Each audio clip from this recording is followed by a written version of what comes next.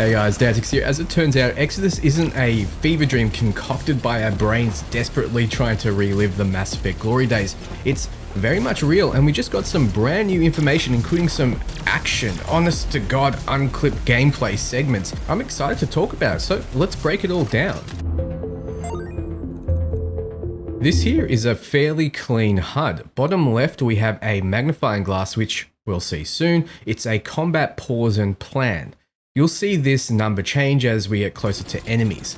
There are 3 enemies in the area now, but at a quick count, there's 4 on screen, so it seems like it has limited range. Just so you understand, it's like a Mass Effect combat wheel thing that pauses the action, but you'll be able to scan enemies as well and analyze the area. Now, below that is more exciting. We have Tom Vargas and Elise Charot on your squad. Since the player is using a controller, we can see you can command the squad with the D-pad. Pressing left to use Tom Vargas' ability and hold left for his ultimate attack, which is currently on cooldown. Elise, though, has a knockdown missile by pressing right on the D-pad and her ultimate micro missile barrage by holding down right. To the right of the screen, we have our health bar broken into 3 pips. Pressing up on the D-pad uses one of our 2 healing items. We also have our weapons ammo count as well as the mode of our cycler. To the right of that looks to be our grenades, in which we have 2. To the middle over the character's body, we have some iconography which suggests you're protected by cover. You'll see it go off and on as we run from cover to cover. Later you'll see an energy bar there for sprinting which appears, so we do have a limited amount of sprint, similar to Commander Shepard, which made no sense to me since he's a highly trained Spec Ops warrior. You know, he's an N7 agent, he shouldn't have a stamina bar. Anyway, the player chooses to open the fight with Elise's micro missiles. You can see the attack charge as the player holds right on the D-pad and the attack is fired off. The 2 scrub enemies next to the named enemy split up before the missiles hit, but they're still heavily damaged, so the AoE is quite large, and then they get on them a burning effect. The bar ticks down as it does damage. You'll also notice that Elise's portrait appeared over the enemy she had targeted with the attack, which I would have liked to see in Mass Effect. The main mission now appears in the top left, Precious Cargo, escape the train wreck. This is a mission outside the city on Lydon, and later we go inside a space tower using the rail claw, but that's coming up.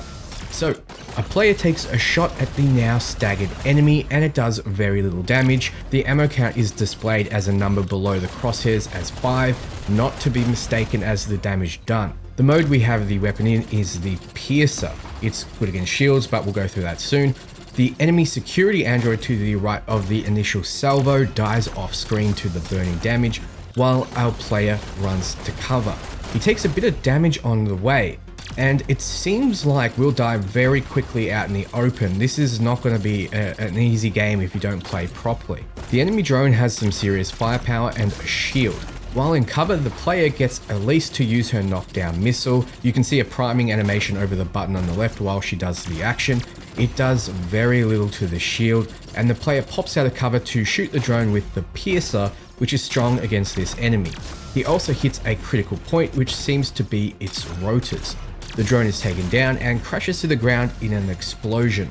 The player moves forward to the next bit of cover. He then uses the microscope we talked about before to pause the action. In it, we see a weapon wheel. The player currently has an equipped level 1 recycler with 2 modes, so yes, you can upgrade your recycler, get more modes and make it more powerful.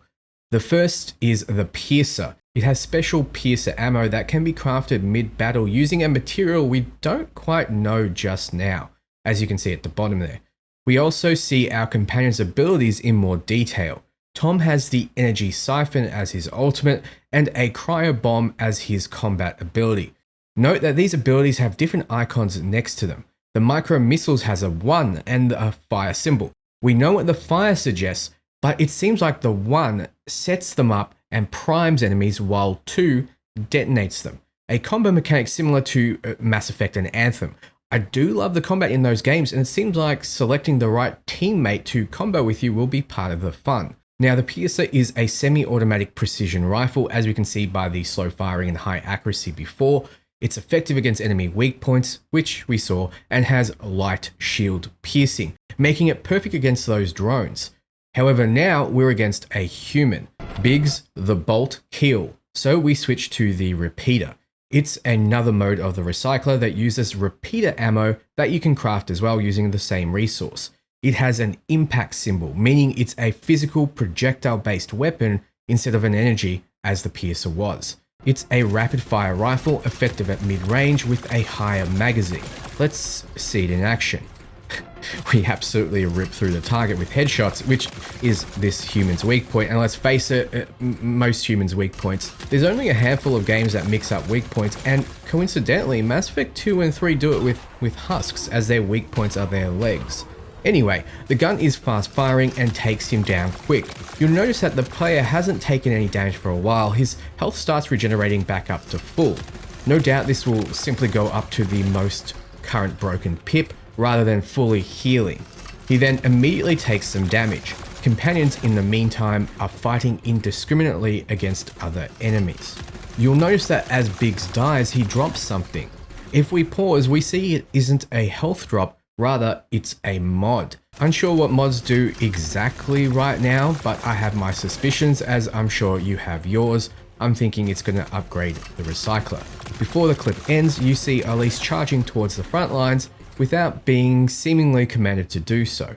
Now in the next clip, we're on a space tower in a city on Lydon. You can see that pressing Y will do something. It's a traversal mechanic using the rail claw. No doubt combat sequences will be broken up with exploration. We can see our objective in gold getting closer. It's actually a beautiful view of the planet, which will no doubt change as our choices change the planet over decades and centuries that we will be time dilated. Using the rail claw in this instance gives us the option to swing, grapple, or release, and we swing to the next section. We can see what looks to be a chest in the background, and I'd be heading there first to find out. The next clip is inside an ancient celestial shrine on Khonsu. We get a look at our ability to interact with celestial tech coming into play by opening this door. There's some interesting tech below the ominous statue of a celestial. It looks to be our first remnant artifact as it pulses with power. What we do with it, or choose to do with it, could have vast reaching consequences. Remember, we get to choose what we do with the remnant tech we find. When we travel out close to light speed and return, we'll see the result of our choices playing out in massive ways. So the video ends with Exodus, extended gameplay this summer. So that was a little tease of what's to come. Extended gameplay showcasing combat, exploration, and hopefully some choices so we can see exactly how they play out due to time dilation. Now, I don't know about you, but I'm incredibly excited for more. I was starting to get worried. We saw a lot of clips, but they were quick cuts. I didn't know if this game was in development hell and if it would truly live up to the promises, but now I'm more hopeful. Between this and The Expanse, I'm excited for the future of sci-fi action RPGs, and you know that I need another fix very soon. So let me know below what you all think, and until next time, ciao friends.